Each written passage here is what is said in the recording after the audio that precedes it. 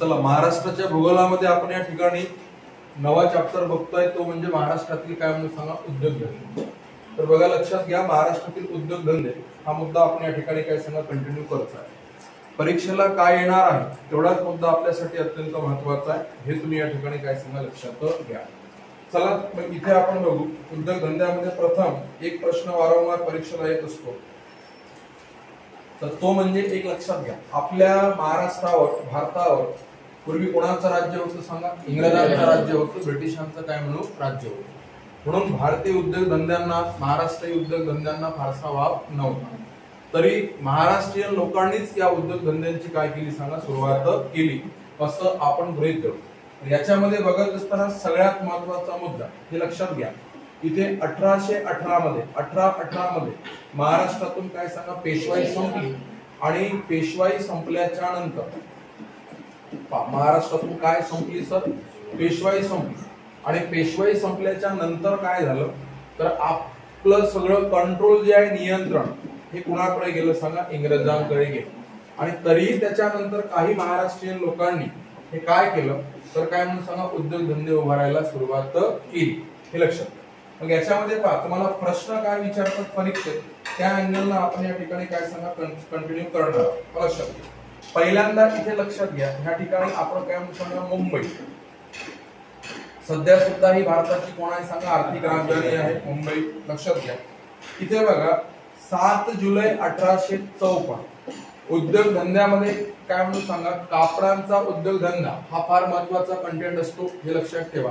तर इथे काय म्हणून सांगा मुंबई, आणि मुंबई म्हणत असताना 7 जुलै 1800 काय म्हणून सांगा 54 या दिवशी श्री कावसजी नानाभाई दावर, हे लक्षातच ठेवा, प्रश्न बऱ्याचदा येतो.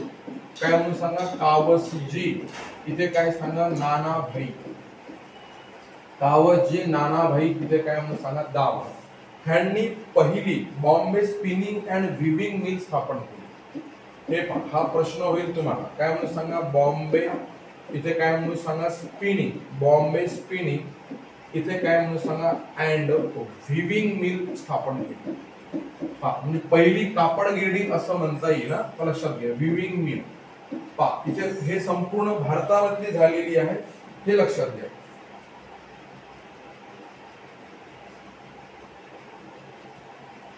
आता बघा, तुम्हाला सांगतो इथे समस्या कशा होत्या त्या थोड्याशा समजून घ्या. इथे 1854 पासूनच काय होत आहे सांगा सुरुवात होत आहे आपल्याकडे. लक्षात घ्या, आपल्याकडे काय सांगा उद्योगधंद्यांची सुरुवात होते 1800 कधी पासून सांगा 54 पासून. तर 1865 पासून ते काय म्हणून सांगा 1871 पर्यंत जे विदेशी कापडाची आपल्याकडे काय सांगा आयात आहे, म्हणजे कापड कुठून यायचा, एक साधा सोपा क्रम होता की ब्रिटिश ईस्ट इंडिया कंपनी कुठे आहे सांगा भारतात आहे, आणि ब्रिटिश ईस्ट इंडिया कंपनी आपल्याकडून कच्चा जो माल आहे तो स्वस्तामध्ये विकत घेत आहे, आणि प्रदेशात येऊन काय त्याला पक्का बनवत आहे, आणि पक्का माल बनवून ते कुठे आणून विकत आहे, भारतामध्ये आणून विकत आहे. ठीक आहे, मग आता झालेलं काय आहे की पक्का माल आपण काय सांगा जास्त दराने घेऊन राहिलो, आणि ते कच्चा माल आपल्यापासून कसं सांगा कमी दराने घेत आहे, हे लक्षात घ्या. मग आता झालेलं काय आहे की आता ही गिरणी कुठे सुरू होत आहे, भारतातच सुरू झालेली आहे. मग प्रथम 7 जुलै 1854 कावसजी नानाभाई दावर, लक्षात घ्या Bombay spinning and viewing mill, पहिली कापड गिरणी असं म्हणते, पहिली कापड गिरणी कोणी सुरू केली, तर कावसजी नानाभाई दावर. केव्हा सुरू केली, तर 1854 असं आपण गृहीत धरू. त्याच्यानंतर बऱ्याच गिरण्या सुरू झाल्या, पण ह्या गिरणीला महत्व आहे, आणि ह्याच्यावर काय विचारला जातो, तर तुम्हाला प्रश्न सुद्धा विचारला जातो. तर हे या ठिकाणी काय करायचं सांगा लक्षात ठेवायचं. बघा, म्हणजे उद्योगधंद्याच्या अनुषंगाने हे लक्षात घ्या. बघा, त्याच्यानंतर बघा का तुम्हाला सांगतो, इथे आपण जर बघतो म्हटलं तर इथे युरोपामध्ये कोण कोण प्रसिद्ध आहे, लक्षात घ्या. युरोपामध्ये कोण कोण प्रसिद्ध आहे ते समजून घ्या. युरोपामध्ये मँचेस्टर फार प्रसिद्ध आहे, लँकेशायर फार प्रसिद्ध आहे. मँचेस्टरचे कापड म्हणा, लँकेशायरचे कापड म्हणा, तर तिथले जे व्यापारी आहेत, लक्षात घ्या मुंबईमध्ये जो कापड तयार होता त्याचा दर्जा त्याच्याशी समतोल होता. कोणाशी? लँकेशायर म्हणा, मँचेस्टर म्हणा. आणि आपल्या भारतामध्ये दारिद्र्याचं प्रमाण जास्त, गरिबीचं प्रमाण जास्त, बेरोजगाराचं प्रमाण जास्त, म्हणून आपल्याकडे जसे उद्योगधंदे सुरू झाले तर सगळे लोक कामासाठी कुठे पळायला लागले माहितीये का? शहरामध्ये काय सांगा पळायला लागले.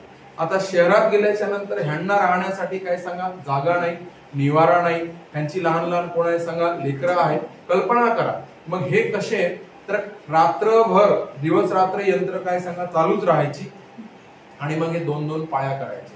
म्हणजे दिवसाची आणि काय सांगा नाईट शिफ्ट. राहण्याचा प्रश्न मिटला. कुठे राहायचं? तिथेच राहायचं, कंपन्यामध्येच राहायचं. लक्षात घ्या. आणि मग त्याच्यामुळे आपली जे यंत्रे आहे तर तिकडे कसं होतं फॉरेन मधली जर गोष्ट जसं ऑफिशियल काम होतं कधी म्हणून सांगा उदाहरणार्थ गृहीत धरा 11 ते 5 पर्यंत. पण आपल्याकडे तसं झालं का? नाही. आपल्याकडे कसं झालं सांगा 24 घंटे काम आणि त्याच्यात लेकरं बाळा सुद्धा कुठे आहे सांगा सोबत आहे. कल्पना करा लेकरं बाळा सुद्धा सोबत आहे. मग एखादी छोटी मोठी जर गोष्ट असेल तर काय म्हटलं जायचं? हे आण रे ते आण रे. तर याच्यासाठी जे मजूर लागायचे ते सुद्धा आपल्याकडे वाचले. मग तुम्हाला सांगतो ब्रिटिश सरकारच्या पुढे लक्षात आलं की आमच्याकडे एवढ्या कापड गिरण्या असून एवढाच माल निर्माण होतो. कारण तुमच्या कापड गिरण्या 6 ते 7 तास चालत आहे ना, आमच्या किती घंटे चालत आहे? 24 तास. बंद करायचा प्रश्नच नाही. आणि समजत आहे ना? मग तुमच्याकडे एवढा माल कसा काय उत्पादित होत आहे बघ? काय कमी असून? गिरण्या कमी असून. म्हणून तुम्हाला पुढे सांगतो फॅक्टरी ऍक्ट आणले नंतर 1881चा काय सांगा फॅक्टरी ऍक्ट वगैरे आणले. फॅक्टरी कायदा कोण आणत आहे? ब्रिटिश सरकार. कारण काय? आम्हाला भारतीय लोकांची फारच काळजी आहे असं खोटं खोटं काय सांगा नाटक. समजत आहे? पण मूळ मुद्दा कसा?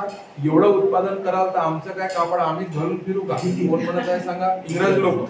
म्हणून मग लहान लेकरांना तिथं नाही यायचं. 100 पेक्षा कामगार जास्त असेल तिथे हे कायदे लागू. त्याच्यानंतर काय म्हणून सांगा तुम्ही धुक्याची यंत्र असेल त्याला कुंपणे घाला. हे तुम्हाला महाराष्ट्राच्या इतिहासात शिकवलं. तर हे अशा प्रकारे इथून सुरू झालं आणि आपल्या महाराष्ट्रामध्ये काय सांगा उद्योगधंदे सुरू झाले असं आपण गृहीत धरू. लक्षात घ्या. आता मग जे मुंबईचा कापड आहे हे लक्षात ठेवा. कुठला कापड म्हणून सांगा? मुंबईचा कापड. हा कोणाच्या दर्जाचा होता सांगा?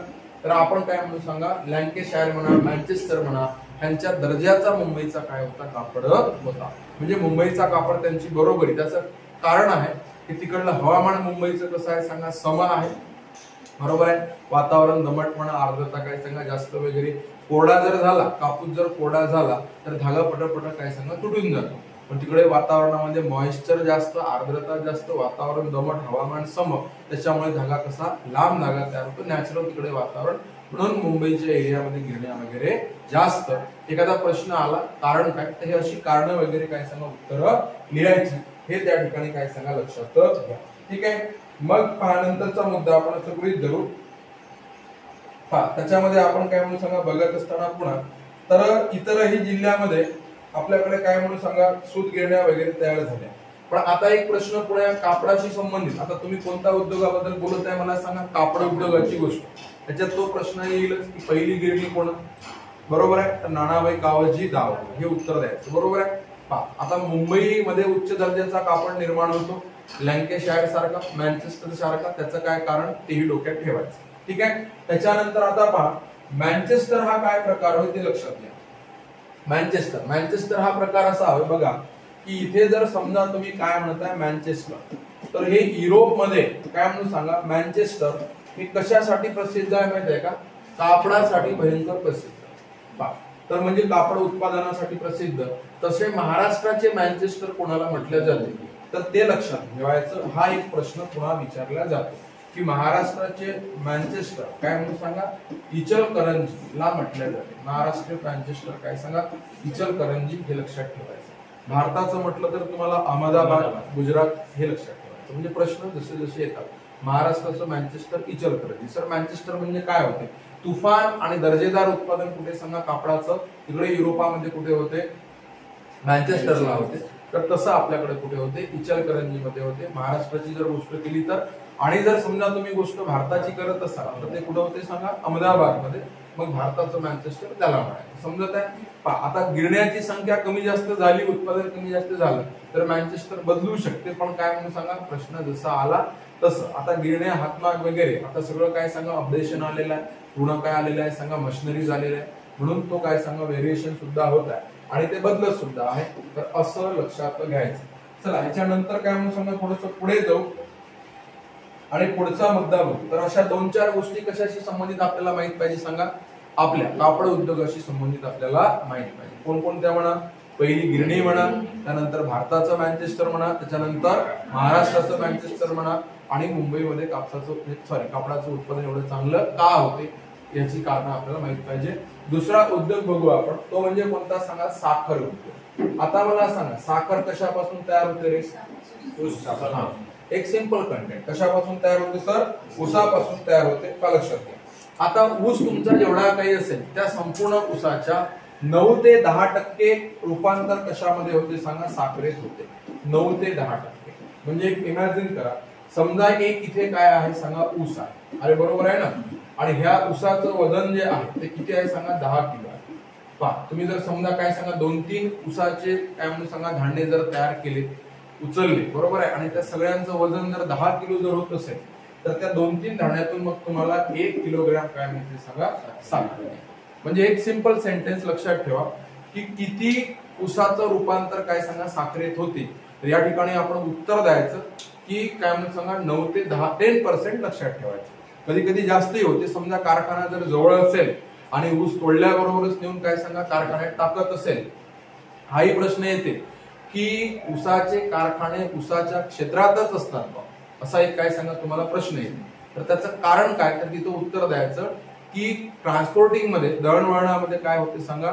त्याच्यातील रस कमी होते, साखरेचं प्रमाण कमी होते, आणि मग ऊस उत्पादकाला, कारखान्याला आणि उत्पादकाला सुद्धा काय होतो? तोटा होतो. समजलं? म्हणून मग तिच्या तिथं काय म्हणून सांगा? कारखाने असतात. ज्या एरियामध्ये ऊसाचं उत्पादन आहे त्याच एरियामध्ये ऊस कारखाने सुद्धा आहे, असं लक्षात घ्यायचं. 9-10% ऊसाचं रूपांतर कशामध्ये होते? साखरेमध्ये होते, असं आपण गृहीत धरू. लक्षात घ्या. आता तुम्हाला सांगतो, इथे संपूर्ण भारतामध्ये पहिला साखर कारखाना म्हणजे सहकारी साखर कारखाना, हे लक्षात घ्या. आता इथे लक्षात घ्या, एखादा कारखाना तुम्हाला उभा करायचा आहे. कारखाना उभा करायला काय कमी पैसे लागते का? म्हणजे चला बाबा काय म्हणून सांगा लाख रुपये घेतले आणि कारखाना उभा केला असं होते का? पण आता सांगितलं ज्या एरियामध्ये काय सांगा ऊसाचं क्षेत्र आहे त्याच एरियामध्ये काय सांगा कारखाने असणं जरुरी आहे. मग मला सांगा, मग हे काय झालं? एक शेतकरी म्हणे की मी 1 लाख रुपये देतो, दुसरा म्हणे मी 1 लाख रुपये देतो, आणि असं 550-200 शेतकरी मिळून 2-3 कोटी रुपयाचं काय सांगा भांडवल उभं करून त्यांनी काय उभे केले? कारखाने. तर हे कशातून उभे झाले सांगा? सहकार. म्हणून त्या कारखान्यांचं नाव काय सांगा? सहकारी कारखाने असं गृहीत धरू. पण अशी अक्कल सुद्धा पहिल्यांदा भारतात कोणाला आली, कोणत्या राज्यात आली? तर ते म्हणजे कोणतं सांगा? महाराष्ट्र.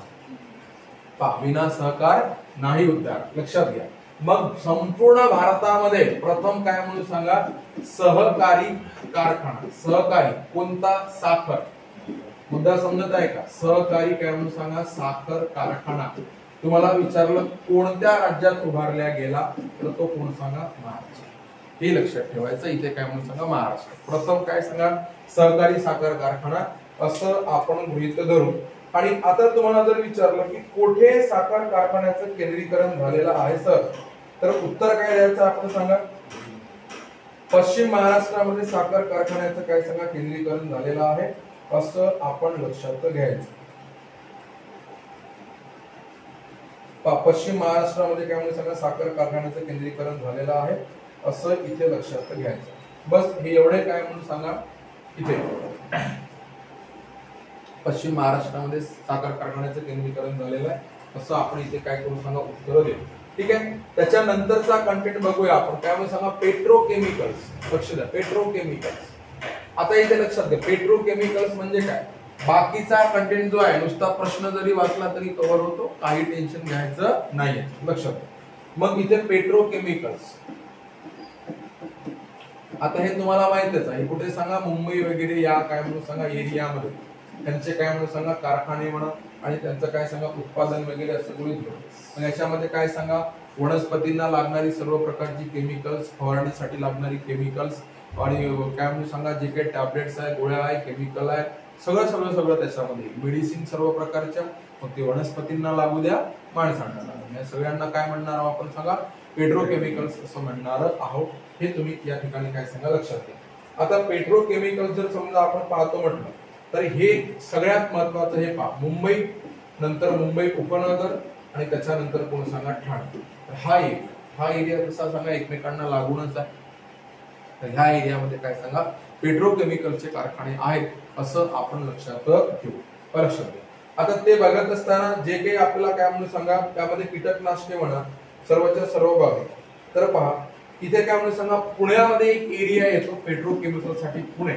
पुण्यामध्ये काय सांगा हिंजेवाडी म्हणा किंवा हिंजवडी म्हणा हा एरिया याच्यासाठी महत्वाचा आहे. पहा म्हणजे आपल्या लक्षात काय काय असलं पाहिजे, प्रश्नाचा क्ल्यू काय असला पाहिजे. हिंजवडी पुणे ह्या ठिकाणी सुद्धा पेट्रोकेमिकलचे काय सांगा कारखाने आहेत असं आपण लक्षात घेऊ. सोबतच बघा त्या ठिकाणी आपण जर पाहतो म्हटलं तर त्याच्यानंतर काय सांगा खत कारखाने. खताचे सुद्धा काय म्हणून सांगा कारखाने आपण लक्षात घेऊ. बऱ्याच ठिकाणी काय सांगा खताचे कारखाने आहेत. मोटर वाहन निर्मिती वगैरे हे उद्योग सुद्धा इतर ठिकाणी चालतात. तर आता तुम्हाला सांगतो हे लक्षात घ्या हे सगळं तुमचं बाकीचं कशातून कव्हर होईल मला सांगा. प्रश्नातून पूर्णच्या पूर्ण काय सांगा कव्हर होते असं आपण या ठिकाणी लक्षात घेऊ. आता याची प्रत्येक सेंटेन्स जे पहिला महत्वाचा अशा सगळ्या प्रत्येक सेंटेन्सचे आपण या ठिकाणी काय केलेलं आहे सांगा प्रश्न तयार केलेले आहे. तर हे सगळे प्रश्न बघूया. आता हे प्रश्न बघा त्या प्रश्नामध्ये काय काय दिलेलं आहे ते सगळ्याच्या सगळं आपण काय सांगा या ठिकाणी क्लिअर करू. तर हे इथे आयोगाचे प्रश्न या ठिकाणी पहिल्यांदा टाकलेले आहे ते लक्षात घ्या. तुम्हाला असं वाटेल की हे चॅप्टर नंतरचे एकदम काय सांगा सोपे साधे आहे. महाराष्ट्रात सर्वात जास्त सहकारी साखर कारखाने पश्चिम महाराष्ट्रात आहे आणि तिकडे मोठा कोण आहे अहमदनगर आहे. मग मोठा एरिया आहे तर सर्वात जास्त तिकडे राहणार. ह्यापैकी कोणत्या जिल्ह्यात चामड्याच्या वस्तू बनवण्याचा उद्योग मोठ्या प्रमाणावर चालतो. तर कोल्हापुरी चप्पल डोक्यात ठेवा. बरोबर आहे. कोल्हापुरी चप्पल चामड्यापासून बनवली जाते म्हणून इथे उत्तर क्लिअर करता येईल ते म्हणजे कोण सांगा कोल्हापूर. महाराष्ट्रातील नागपूर जवळील पंचतारांकित 5 स्टार लक्षात घ्या इंडस्ट्रियल काय म्हणून सांगा वसाहत ह्यापैकी कुठे बुटीबोरी. हे पहा बुटीबोरी नागपूर असं हे माहितीच आपल्याला. हे पहा निवळी इंदापूर वाळू प्रसिद्ध कोण आहे बुटीबोरी. महाराष्ट्रातील रिकामी जागा हा पट्टा खनिजांवर आधारित उद्योगाकरिता प्रसिद्ध आहे. तर कुठे आहे खनिजे नागपूर चंद्रपूर. अरे बरोबर आहे ना. बाकीचे ऑप्शन चेक करा. हे रायगड रत्नागिरी संबंध नाही. नाशिक जळगाव संबंध नाही. मुंबई पुणे फारसा संबंध येईल का नाही. मग काय उत्तर होईल सांगा तुमचं नागपूर चंद्रपूर. डोक्यात येऊन राहिलं प्रत्येकाच्या. बघा पुढे जाऊ पुढचा मुद्दा बघणं आपण काय सांगा सुरू करू. तर याच्यात बघा काय होऊन राहिलं ते हे बघा सोलापूर जिल्ह्यातील चिंचोली औद्योगिक वसाहत ह्यापैकी कोणत्या उत्पादनासाठी प्रसिद्ध आहे. सोलापूर मला लक्षात घ्या सोलापूरच्या काय प्रसिद्ध आहे नाही पहिल्यांदा प्रश्न विचारतो. चादरी प्रसिद्ध आहे. चादरी म्हणजे संबंध कोणाशी कापडाशी. जसं चामड्याच्या वस्तू म्हटलं कोल्हापूरमध्ये गेलो आपण बरोबर आहे. सोलापूर म्हटलं की कापड. मग इथे थोडस बघा काय म्हणते औषधी निर्माण कट करा. कातडी वस्तू कट करा. कागद इकडे चंद्रपूर बल्लारपूर होय बरोबर आहे. हे कातडी कोल्हापूर होय. औषध निर्माण मुंबई पुणे ठाणे होय. अरे कॉमन सेन्स आहे ना लक्षात घ्या. मग होजिअरी हा कशाचा प्रकार होतो कापडाचा समजलं. मग हे कोल्हापूर जिल्ह्यातील चिंचोली. तर हे अशा प्रकारे आपल्याला उत्तर देता येते. खालील विधानांचा आढावा घ्या. पेसा मुख्य 2012 चा काय सांगा प्रश्न आहे. खाली विधानांचा काय म्हणते सांगा तुम्हाला आढावा घ्या. आणि इथे आढावा घेत असताना काय म्हणतात कोणती विधाने बरोबर आहे. लक्षात घ्या प्रश्न काही फारसे याच्यावर विचारले जात नाही. कोणती विधाने देशाच्या औषध उत्पादनामध्ये पूर्वी महाराष्ट्राचा वाटा 15% होता. तर हे काय सांगता येत नाही. तुम्ही वाचलेलं नाही. देशाच्या औषध उत्पादनामध्ये पूर्वी महाराष्ट्राचा वाटा 40% होता. आता मला सांगा संपूर्ण काय म्हणून सांगा राज्यामध्ये महत्वाचं राज्य कोण आहे महाराष्ट्र आहे. आर्थिक राजधानी सुद्धा आहे. आर्थिक राजधानी आहे याचा अर्थ काय होत आहे पेट्रोकेमिकल मध्ये मोठं काय सांगा ऍडव्हेंचर असेल याचं बरोबर आहे. मोठं काय म्हणून सांगा हे असेल काय म्हणून सांगा याचा जो हे आपण टर्नओव्हर वगैरे म्हणून तो मोठा आहे. म्हणून फक्त 15% आपण लक्षात घेऊ का नाही. तर हे 40% मे बी काय सांगा बरोबर. देशाच्या औषध उत्पादनामध्ये सध्या महाराष्ट्राचा वाटा 40% काय म्हणून सांगा आहे. तर हे लक्षात घ्या सध्याच्या आता वाढला असेल किंवा कमी झाला असेल म्हणजे हे जर बरोबर मानलं तर हे रॉंग होते. देशाच्या औषध उत्पादनामध्ये सध्या महाराष्ट्राचा वाटा 15% म्हणजे इतरही ठिकाणी काय सांगा वाढ झालेली असेल. तर उत्तर काय होईल सांगा तुमचं ब आणि ड असं लक्षात घ्या. हे वाचून पाहिजे तुम्ही हे लक्षात ठेवा. खालीलपैकी कोणत्या जिल्ह्यात संरक्षण साहित्य हा महत्वाचा प्रश्न आहे. संरक्षण साहित्य लक्षात घ्या संरक्षण साहित्य निर्मितीचा कारखाना नाही. नागपूरमध्ये काय म्हणून सांगा आहे, लक्षात घ्या. चंद्रपूरमध्ये सुद्धा आहे, कारण चंद्रपूरला तर गडचिरोली काय सांगा लागूनच आहे, तिकडे पाहिजे. नागपूर त्या एरियात येतं. आणि दुसरी गोष्ट काय सांगा भंडारा, ते तिकडे पूर्व विदर्भ. कुठे नाही सांगा, धुळेमध्ये नाही, असं आपण कन्सिडर करू. धुळेमध्ये नाही हे लक्षात ठेवा. ते संरक्षण साहित्य निर्मितीचे कारखाने कुठे कुठे आहेत ते सुद्धा बघायचं. खालीलपैकी कोणते वैशिष्ट्य चतुर्थक व्यवसायांना लागू होत नाही? लक्ष द्या, चतुर्थक व्यवसाय लक्षात घ्या. आता बघा तुम्हाला सांगतो चतुर्थक व्यवसायांना लागू होत नाही. मग त्याच्यामध्ये बघा पहिल्यांदा निसर्गावर अवलंबून. निसर्गावर अवलंबून म्हटल्याच्या नंतर हे कोणते होय? प्राथमिक व्यवसाय होय. बरोबर आहे, प्राथमिक व्यवसाय लक्षात घ्या.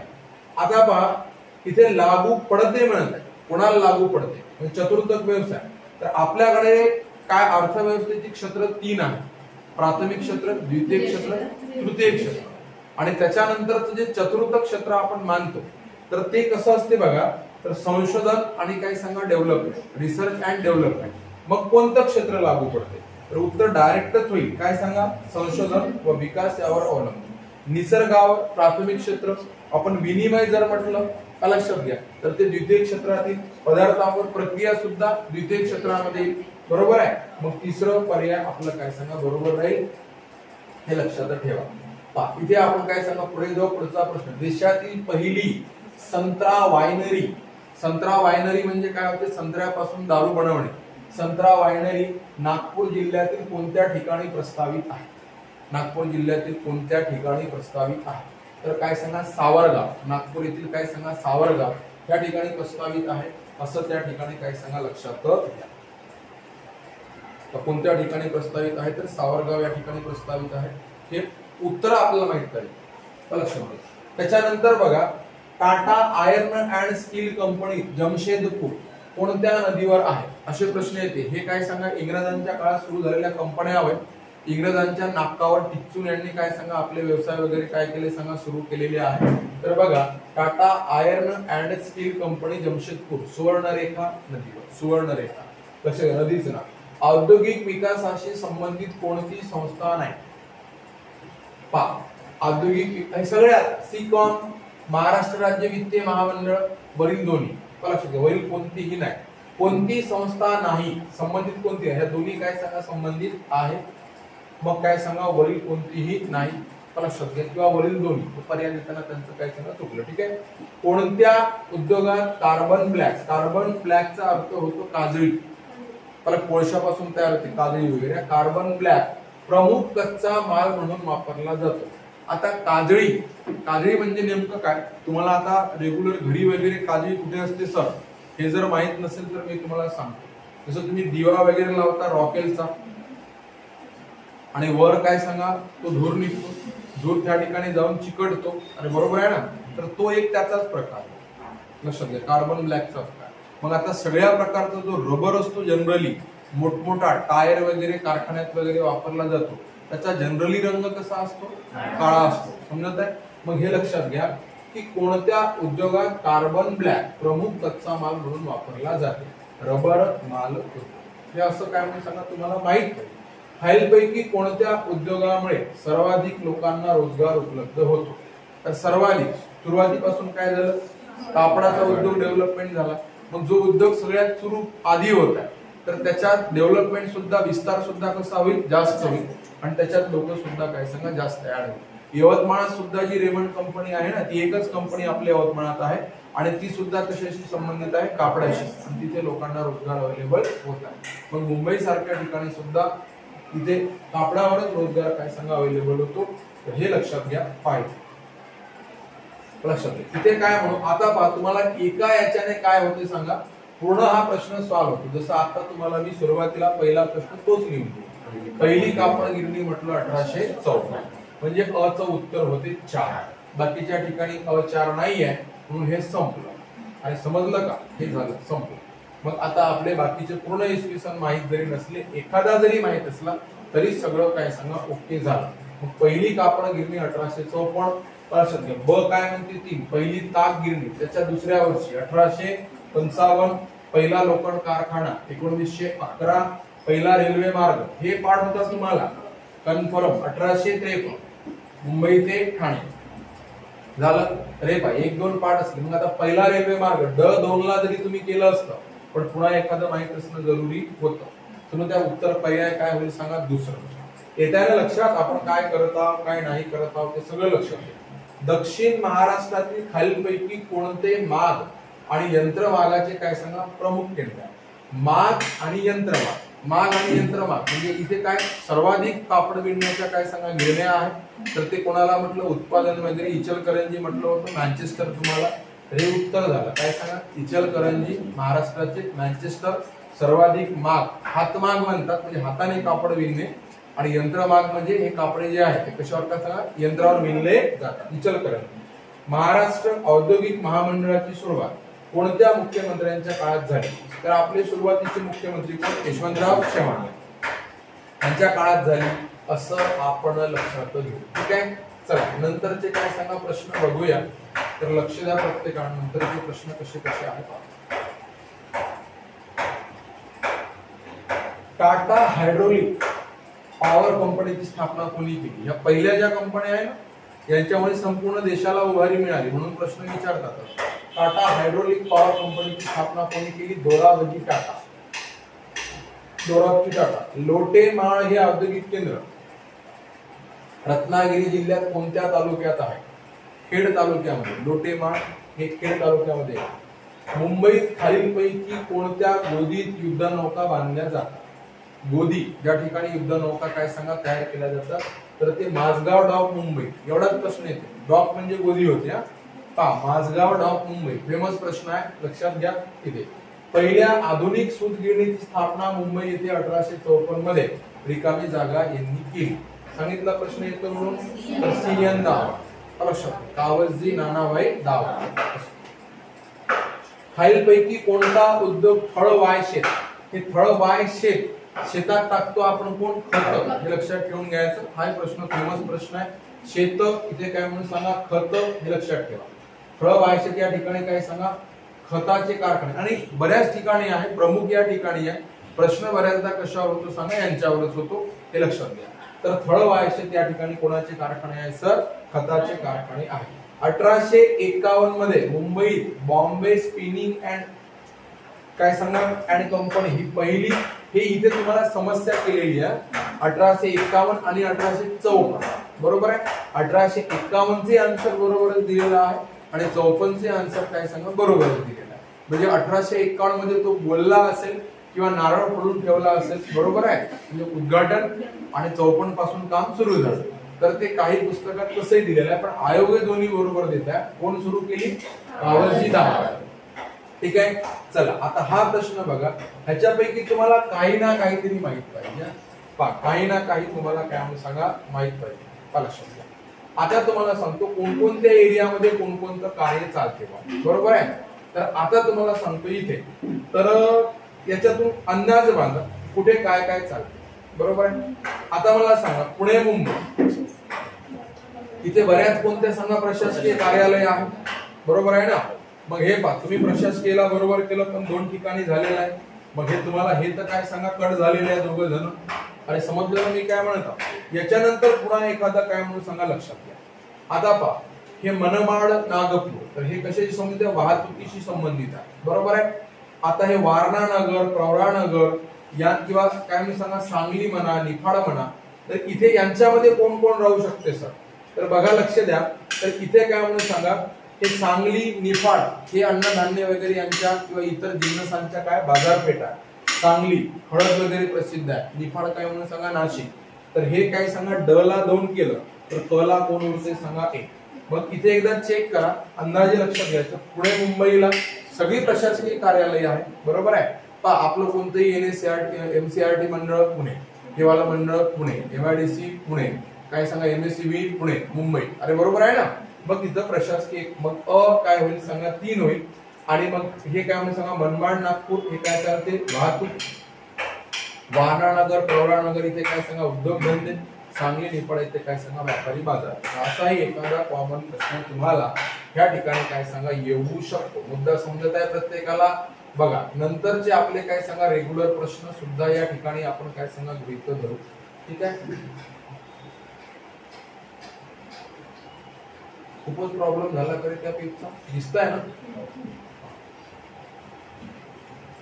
खाली विधान आहे पहा, त्याला नंतर घेऊया पेजला आपण शेवटी. हे पेज हे दिसत आहे क्लिअर सर्वांना. प्रश्नातूनच आपली काय सांगा अभ्यास होतो तेही लक्षात घ्या. इलेक्ट्रॉनिक्स उद्योग असा आपण लक्षात घेऊ. इलेक्ट्रॉनिक्स उद्योग पहा, आज जगातील सर्वात मोठ्या उद्योगापैकी एक इलेक्ट्रॉनिक उद्योग आहे. बिलकुल बरोबर. कारण तुमची काय म्हणून सांगा एवढीशी चिप जी असते ते हजारो रुपयाचे, ड्राईव्ह हजारो रुपयाचा, बरोबर आहे. आमचा 1 किलो कापूस किती रुपयाचा? 50-60 रुपयाचा. आणि तुमची सगळ्यात महत्वाची ते उद्योग. उद्योगाद्वारे चालवलेल्या स्वयंचलित किंवा अर्ध स्वयंचलित कारखान्यामध्ये बनवलेल्या इलेक्ट्रिक उपकरणांचे एक विशाल क्षेत्र आहे. हे बरोबर आहे. प्रामुख्याने उत्पादने metal oxide, semiconductor, transistor, integrated circuit मधून हे सगळं त्यातच होय. आणि बरोबर आहे ना. पहा, नंतरचे मुख्यतः फोटोलिथोग्राफीद्वारे आणि बहुतेकदा मुद्रित सर्किट बोर्डावर असतात. तर हे त्याच्याशी संबंधित आहे. सर्वच विधाने काय सांगा बरोबर असं आपण उत्तर देऊ. लक्ष द्या. एक्झाम्पल दुसरं बघा काय म्हणते. 19व्या शतकात इलेक्ट्रॉनिक पॉवर इंडस्ट्रीमुळे ग्रामोफोन, रेडिओ, ट्रान्समीटर, रिसिव्हर आणि टेलिव्हिजन यासारख्या शोधांचा विकास झाला. बरोबर. तर इलेक्ट्रॉनिक पॉवर इंडस्ट्रीमुळे पहिल्या कार्यरत ट्रान्झिस्टर 1 पॉइंट ट्रान्झिस्टरचा शोध लागला. बरोबर आहे. 1 पॉइंट असणार आहे पहिला वाला. सन 1950च्या दशकात सेमी कंडक्टरच्या क्षेत्रात महत्वपूर्ण संशोधन झाल्यामुळे गृहकरमणूक ग्राहक इलेक्ट्रॉनिक उद्योगाचा उदय झाला. हे बरोबर आहे. टेलिव्हिजन, मोबाईल स्क्रीन, एलईडी वगैरे पहा. सर्व ट्रान्झिस्टर पैकी 99.9% उत्पादन करणारे metal oxide, semiconductor, field effect transistor हे सर्वाधिक. हे कोण आहे? Conductor, semiconductor. हे तुम्ही जेवढे इलेक्ट्रिक उपकरणं वापरता त्याच्याशी संबंधित आहे. मग ही सगळीच विधाने कशी राहील सांगा बरोबर राहील असं लक्षात घेऊ. हे वाचूनच आपला काय सांगा नेमकं प्रश्नात काय विचारले जाते हे आपल्याला या ठिकाणी समजतं. पर्यावरणावर परिणाम करणारे विद्युत कचऱ्यामध्ये घातक घटक असतात. 100% बरोबर आहे. लक्षात घ्या. जटिल इलेक्ट्रॉनिक्स मध्ये 60% पर्यंत काय सांगा घटक असतात. हेही बरोबर. इलेक्ट्रॉनिक कचरा निर्मितीत चीन व अमेरिका आघाडीवर आहे. हेही बरोबर. भारतासारख्या काही सगळं चायनाच येते ना रे इलेक्ट्रॉनिकल गोष्टी. दुसरा काय सांगा अमेरिका. अमेरिका आपल्यापासून दूर आहे म्हणून आपल्याला आणायला पडत नाही. आपण वापरतो कोण सांगा चायना. चायना मधून सिरीज आपल्यापर्यंत येते 50-60 रुपयाला. विचार करा. अरे येते की नाही. चायना फक्त म्हणते गॅरंटी नाही. समजत आहे. हा बोर्ड आहे मलेशियाचा. आता मला वाटलं की काय म्हणून सांगा चायना पासून बरोबर नाही वा घेणं. मलेशियाचा तुम्हाला सांगतो. तर तो चायना मलेशियाला याचे पार्ट काय म्हणून सांगा सप्लाय करते हे समजलं. म्हणजे ते तयार करत आहे चायना. पण मेड इन चायना म्हटलं का लोकांचा इंटरेस्ट कमी होऊन जातो ना. चिल्लर चाललं ठीक आहे. सिरीज काय म्हणून सांगा 8-10 दिवस राहिली तरी ठीक आहे. बंद पडली तर पुन्हा आणू पुढच्या वेळेस. बरोबर आहे. असं शक्य नाही. मग हे कुठे गेलेलं आहे तर लक्षात घ्या. हे कुठे पाठवलेलं आहे सांगा मला. मलेशिया. आणि मलेशिया तिथून मेड इन मलेशिया ठप्पा लावून कुठे पाठवते इंडिया. तर हे लक्षात घ्या. तर हे अशी काय सांगा परिस्थिती आहे या ठिकाणी हे लक्षात घ्या. भारतासारख्या काही विकसनशील देशांमध्ये पुढील दशकात 500% वाढ होऊ शकते. हे सुद्धा बरोबर. आताची पॉसिबिलिटी पाहिली तर प्रत्येक इलेक्ट्रॉनिक वस्तूचा आपण काय करत आहोत यूज करत आहोत. सगळी विधाने बरोबर राहिलं. आता बघा नंतरचं काय म्हणत आहे तुम्हाला ते बघा. पाहिजे उद्योगाचा आकार व विषारी पदार्थांचा वापर तसेच पुनर्वापराची अडचण यासारख्या समस्या इलेक्ट्रॉनिक मालिकेत झाल्या. समस्या सेम टू सेम झालेल्या. आंतरराष्ट्रीय नियमन आणि पर्यावरणीय कायदे या मुद्द्याकडे लक्ष देण्याच्या दृष्टीने विकसित केले आहे. ही बरोबर. पर्यावरणीय जागरूकता वाढल्यामुळे विषारी सामग्री कमी किंवा दूर करण्यासाठी तसेच ऊर्जेचा वापर कमी करण्यासाठी इलेक्ट्रॉनिक डिझाईन मध्ये बदल घडून येत आहे. तर हे सगळी विधाने कशी राहील बरोबर. हे अभ्यास म्हणून फक्त प्रश्न इथे टाकलेले आहेत. इलेक्ट्रॉनिक उद्योगामधील सर्वात मोठे क्षेत्र B2B ई कॉमर्स व्यवसाय ते व्यवसाय. म्हणजे काय म्हणून सांगा B2B. B2B व्यवसाय ते व्यवसाय असं सर्वाधिक जास्त काय सांगा चालत आहे असं लक्षात घेऊ. मग नंतर बघा इथे या ठिकाणी इथे तुम्हाला जसा जसा प्रश्न येतो तस तशी उत्तर लक्षात घ्या. बघा आता काय म्हणत आहे तुम्ही लक्ष द्या.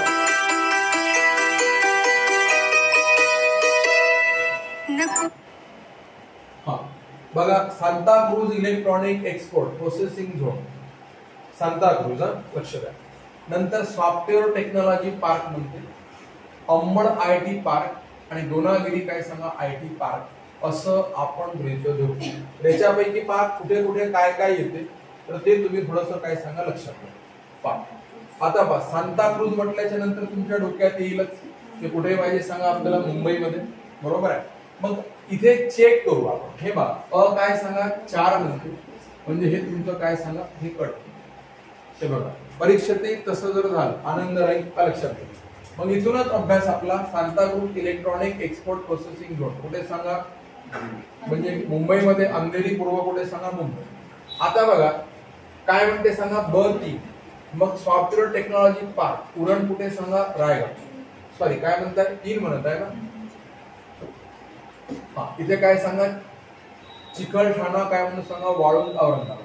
अंबड लक्षात घ्या अंबड. आता हे तुम्हाला माहित असेल ना रे अंबड कुठे येते ठाण्यामध्ये येते आणि द्रोणागिरी कुठे सांगा उरण रायगड असं आपलं काय सांगा उत्तर. हे बघा तुम्हाला हिंजेवाडीचा काय सांगा उल्लेख करून दिला.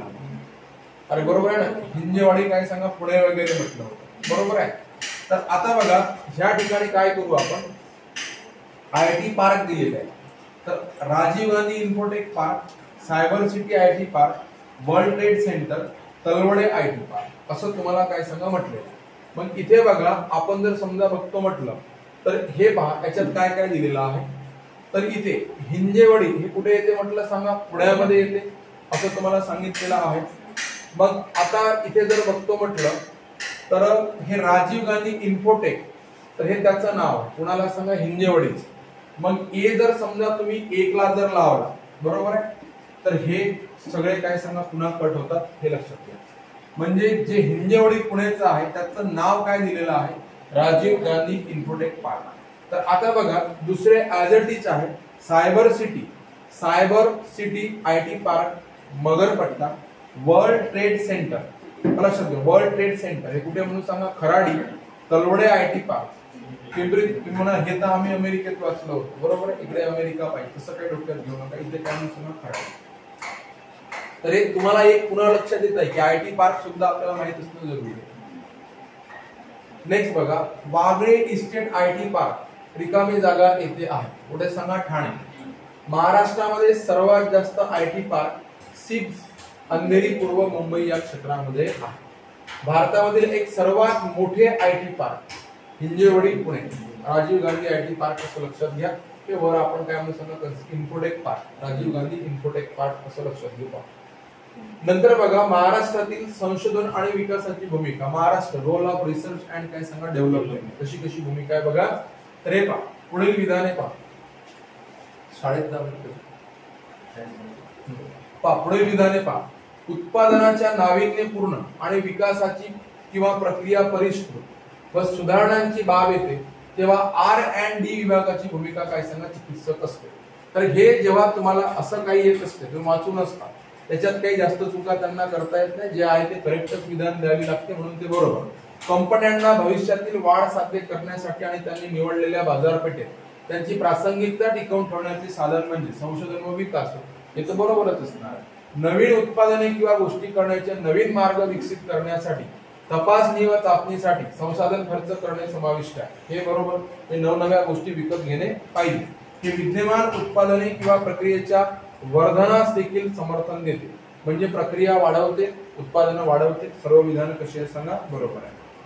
बघा उत्पादन संशोधन विकास प्रत्यक्षात R&D च्या व्यापक उद्योगांना लागू आहे तर हे बरोबर. बरीच ग्राहक उपकरणे काटेकोरपणे R&D प्रक्रियेतून जाते ही प्रक्रिया आहे इंडस्ट्रियल तर ते बरोबर.